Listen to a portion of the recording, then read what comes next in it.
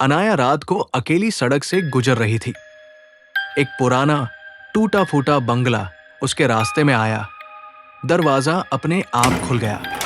ठंडी हवा के झोंके ने उसके रोंगटे खड़े कर दिए और एक अजीब सी फुसफुसाहट उसके कानों में गूंजी, अंदर आओ अनाया।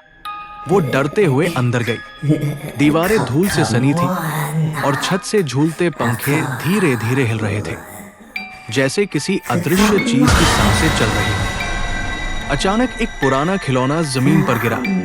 पीछे मुड़ी तो कुछ नहीं था, लेकिन एक साया सीढ़ियों की ओर जाता दिखा।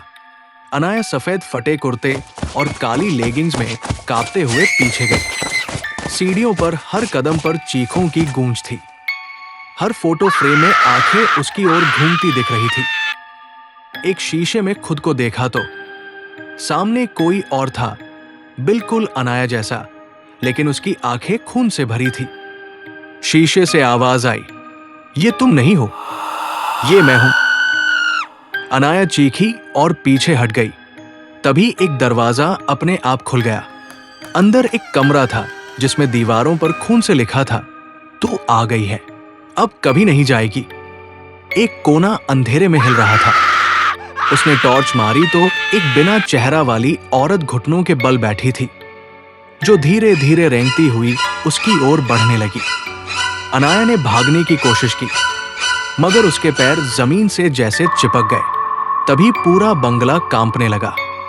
दीवारें खून रोने लगी। एक दरवाजे के पीछे से बच्चे के रोने की आवाज आई। अंदर देखा, एक झूला अपने आप हिल रहा था और झूले पर बैठा एक जला हुआ बच्चा बोला, मम्मी, मुझे यहां छोड़ दिया गया था। अनाया डर के मारे दरवाजा बंद करने भागी, लेकिन तभी कमरे में रखी एक पुरानी घड़ी अचानक बजने लगी, 3 AM। तभी सारा बंगला गूंज उठा एक ही शब्द से, अनाया, अनाया। वो जैसे ही बाहर भागने लगी, फर्श की दरारों से काले हाथ निकलने लगे उसे पकड़ने के लिए। एक हाथ उसकी टांग तक पहुंच गया और घसीटने लगा नीचे की ओर। अनाया ने खुद को छुड़ाकर जैसे तैसे ऊपर की ओर भागना शुरू किया। सीढ़ियों पर आधी चढ़ाई में देखा, उसके सामने वही चेहरा खड़ा था, पर बिना पलक झपकाए, खून टपकाते होठों के साथ। वो बोला, अब तुम मुझ हो। अनाया उल्टी दिशा में भागी, पर बंगले के सारे कमरे अब घूमने लगे थे। दरवाजे वही खुल रहे थे जहां वो भागती, जैसे बंगला अब जिंदा था। एक कमरा खुला। अंदर एक बूढ़ी औरत दीवार पर उल्टी लटकी थी। सिर घुमाकर बोली, ये बंगला सांस लेता है और तू उसकी आखिरी सांस बनेगी। अनाया ने चीखते हुए बाहर छलांग मारी। बंगले की खिड़कियां अपने आप बंद होने लगी, जैसे कोई दानव उसे वापस खींचना चाहता हो।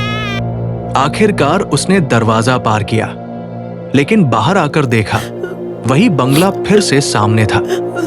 उसकी सांसें थम गई। तू कभी गई नहीं, अनाया। अब बंगला उसकी आंखों के अंदर उगने लगा था। उसकी हर सांस के साथ वो खुद बंगले में बदल रही थी। कहा जाता है, क्या हुआ होगा उसके साथ कमेंट करके जरूर बताएं। वीडियो को लाइक करना